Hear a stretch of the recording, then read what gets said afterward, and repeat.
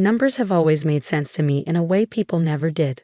While other kids were reading comic books, I was studying my father's accounting textbooks, fascinated by the elegant dance of debits and credits. By age 12, I could spot errors in tax returns that even seasoned accountants missed. My father called it my superpower. My older brother Marcus just called it weird. There she goes again, buried in spreadsheets. He'd sneer whenever he caught me working on practice problems. Live a little, Emily. Nobody likes a human calculator. But I didn't care. Numbers were honest in a way humans weren't. They didn't play favorites or hide their true intentions behind fake smiles. 2 plus 2 would always equal 4, no matter how much you wished it didn't. That dedication led me to become a forensic accountant, specializing in fraud investigation. While Marcus followed in our father's footsteps, taking over his successful construction company and expanding it into a multi-million-dollar enterprise, I built my reputation methodically, one case at a time. My work wasn't flashy, but it was meaningful. I helped small businesses recover stolen funds, exposed embezzlement schemes, and even assisted in bringing down a notorious money laundering operation. Not that any of that mattered to my family. At every gathering, Marcus dominated the conversation with tales of his latest business conquest, while my parents beamed with pride. My work was relegated to footnote status, barely worth mentioning between discussions of Marcus's new contracts and expansion plans. So Emily, my mother would say, her tone carefully neutral, still doing that audit thing. I learned to smile and nod, to accept my role as the less successful sibling. It wasn't worth explaining that I just helped recover millions in stolen pension funds, or that the FBI regularly consulted me on complex financial fraud cases. In their eyes, I would always be the odd one out, the daughter who chose a strange, unglamorous path instead of joining the family business. Everything came to a head at our father's retirement party last spring. The ballroom of the Grand Hotel was packed with business associates, friends, and family, all gathered to celebrate Richard Anderson's 30 years of success. Marcus, as the new CEO, was set to give the main speech. I arrived early, helping Mom with the final arrangements while trying to ignore the way she fussed over Marcus's place at the head table. My own seat was tucked away in a corner, practically hidden behind a large floral arrangement. "Emily, darling," Mom called out, her voice carrying that familiar note of disapproval. "Couldn't you have worn something more festive? This is a celebration, not a day at the office." I glanced down at my charcoal gray pantsuit, chosen specifically because I had to head straight to court after the party for a major testimony. "I have work later, Mom." She sighed, that special sigh reserved for my many disappointments. "Of course you do. Heaven forbid you take one day off to properly celebrate your father's retirement." Before I could respond, Marcus swept in, commanding attention in his perfectly tailored Italian suit. "Mom, the place looks amazing." He kissed her cheek, then turned to me with that familiar smirk. "Hey there, little sister." Still rocking the auditor chick, I see. I forced a smile, reminding myself that this was Dad's day. "Hello, Marcus. Congratulations on the new development deal." "Oh, you heard about that?" His surprise seemed genuine. "Didn't think you kept up with actual business news, being so busy with your, what do you call it? Financial forensics." "Forensic accounting," I corrected, even though I knew he was perfectly aware of my job title. "And yes, I do read the business section occasionally." The party progressed predictably. Dad gave an emotional speech about building the company from nothing. Mom cried appropriately. And then it was Marcus's turn at the microphone. He started well enough, talking about our father's legacy and the future of Anderson Construction. But then 3 glasses of champagne in, he went off script. "You know," he said, swaying slightly, "Dad always taught us that success comes from taking risks, from thinking big. Some people," his eyes found mine in the crowd, "prefer to play it safe, to sit in dark offices counting other people's money, too afraid to get their hands dirty in real business." A murmur went through the crowd. Mom's smile became fixed, while Dad shifted uncomfortably in his seat. "Take my sister Emily, for example," Marcus continued, ignoring Dad's warning look. "She could have been part of something great, could have helped grow the family legacy. Instead, she chose to become a glorified accountant, spending her days nitpicking over receipts and bank statements." I sat perfectly still, my face carefully blank as he continued his drunken monologue. "I mean, what's the point? What real value does someone like that add to the world? At least real accountants help businesses grow. But forensic accounting, he laughed, the sound sharp and cruel. That's just a fancy term for professional tattletale. Absolutely useless in the real business world. The room had grown uncomfortably quiet. I could feel pitying glances from nearby tables, could see Mom's mortification and Dad's anger. But I didn't move, didn't react. I learned long ago that showing emotion only gave Marcus more ammunition. Marcus, Dad finally interrupted, his voice stern, that's enough. But Marcus was on a roll. No, Dad, it needs to be said. While I'm out there making real money, building real things, Emily's playing detective with spreadsheets. It's embarrassing. She's leaving. I finished for him, standing up smoothly. I'm leaving. Dad, congratulations again on your retirement. I'm sorry, but I have a court appearance I can't miss. I walked out with my head high, ignoring Mom's pleas to stay and Marcus's drunken calls of "see, can't even take a joke." I had a job to do, testimony to give that would help convict a man who'd stolen millions from his employees' pension fund. My work mattered, whether my family understood that or not. The next 3 months passed in a blur of cases and court appearances. I ignored calls from my parents, deleted Marcus's half-hearted apology text without reading it, and threw myself into my work. Then, on a rainy Tuesday morning in September, everything changed. The call came at 7:15 a.m., just as I was settling into my office with my first coffee of the day. Marcus's name flashed on my phone screen, and for a moment, I considered letting it go to voicemail. But something, instinct, maybe, or just years of ingrained big sister obligation, made me answer. Emily? His voice was rough, desperate in a way I'd never heard before. I need your help. The company, there's something wrong. Very wrong. I leaned back in my chair, fighting the urge to remind him how useless my skills were supposed to be. What kind of wrong? Numbers aren't adding up. Money missing. Lots of it. Millions maybe. I can't. He took a shaky breath. Please, Em. I know I don't deserve your help, but this isn't just about me. Dad's retirement fund is tied up in the company. If something's happened, I closed my eyes, already knowing I wouldn't refuse. Not with Dad's future at stake. Send me everything you have. Bank statements, transaction records, vendor contracts. Everything from the last 2 years at least. Thank you, he whispered, sounding close to tears. Emily, I cut him off. I'm not doing this for you. I'm doing it for Dad. And Marcus, this isn't free. My usual consulting rate is $500 per hour. There was a long pause before he responded. That's fair. More than fair, considering. I'll clear my schedule for the next few days.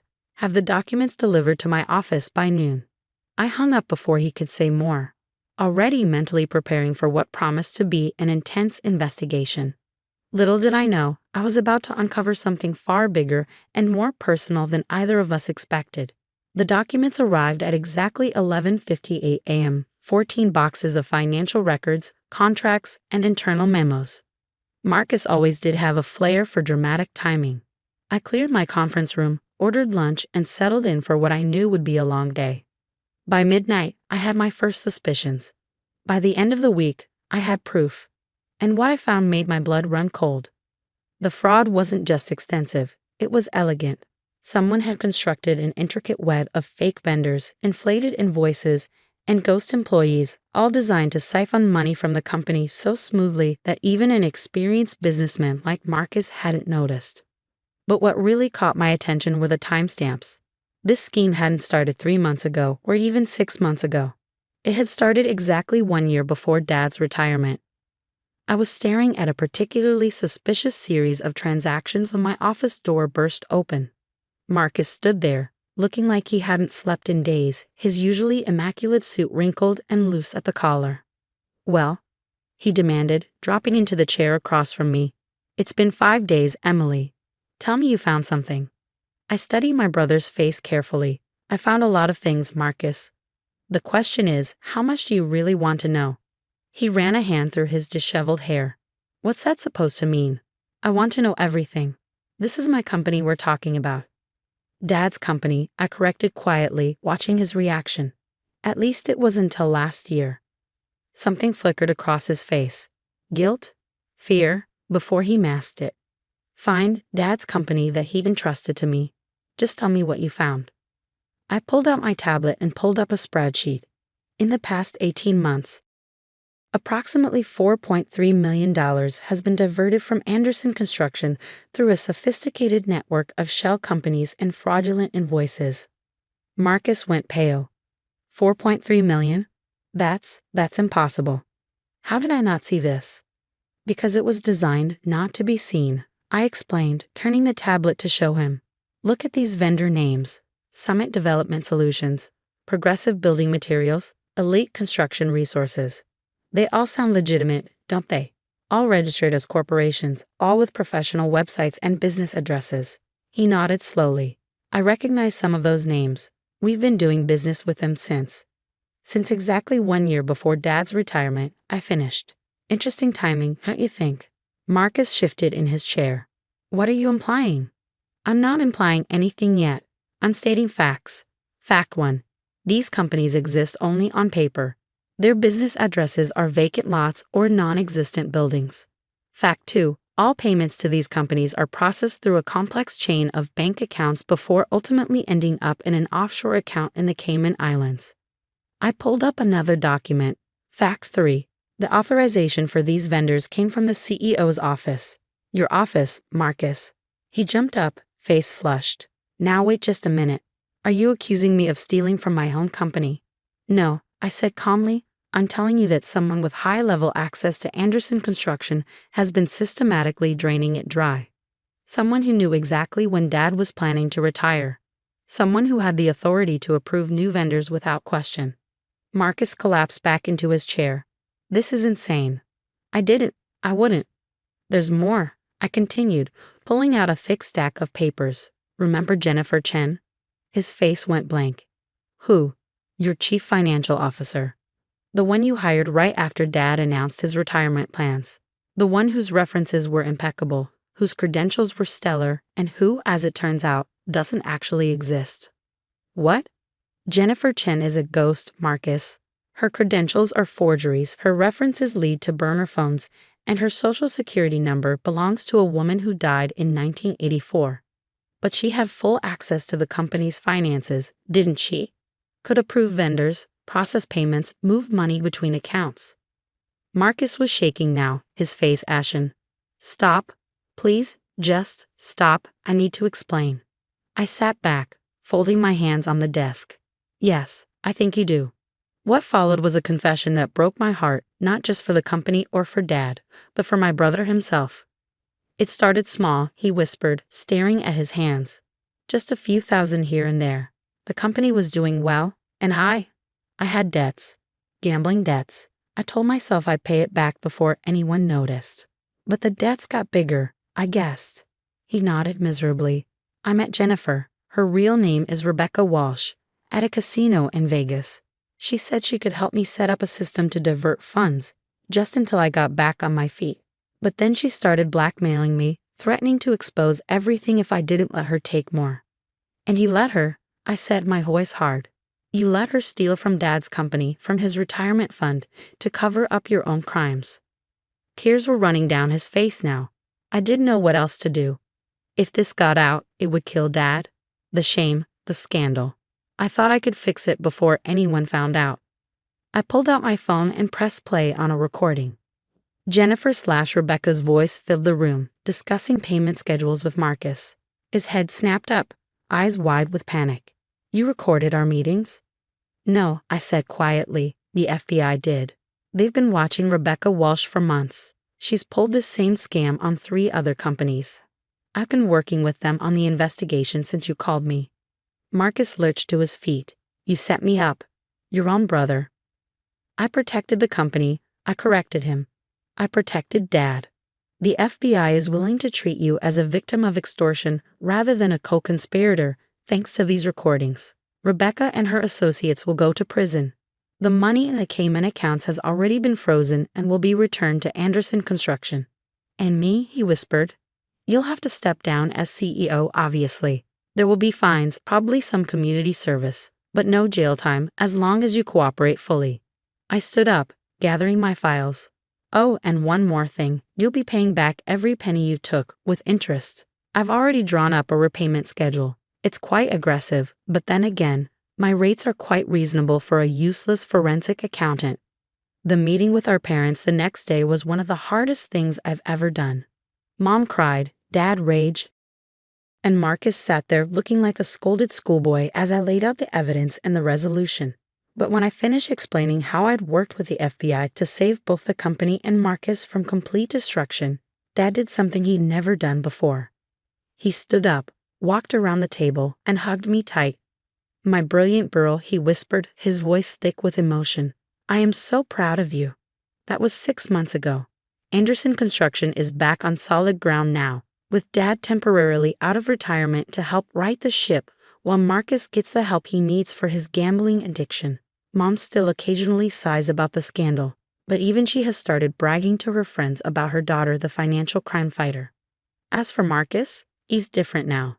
Humbled, certainly, but also more genuine. Last week, he stopped by my office with coffee and an actual heartfelt apology. I was jealous, he admitted, staring into his cup. You always made everything look so easy, so clean. Numbers, patterns, problems, you just saw them differently. I wanted to be that sure of myself, that confident in my abilities. Instead, I tried to tear you down to make myself feel bigger. I accepted his coffee and his apology, but not his self-pity. You're good at plenty of things, Marcus. Running crews, managing projects, inspiring people to do their best work. Those are real skills. You just got lost somewhere along the way. He nodded slowly.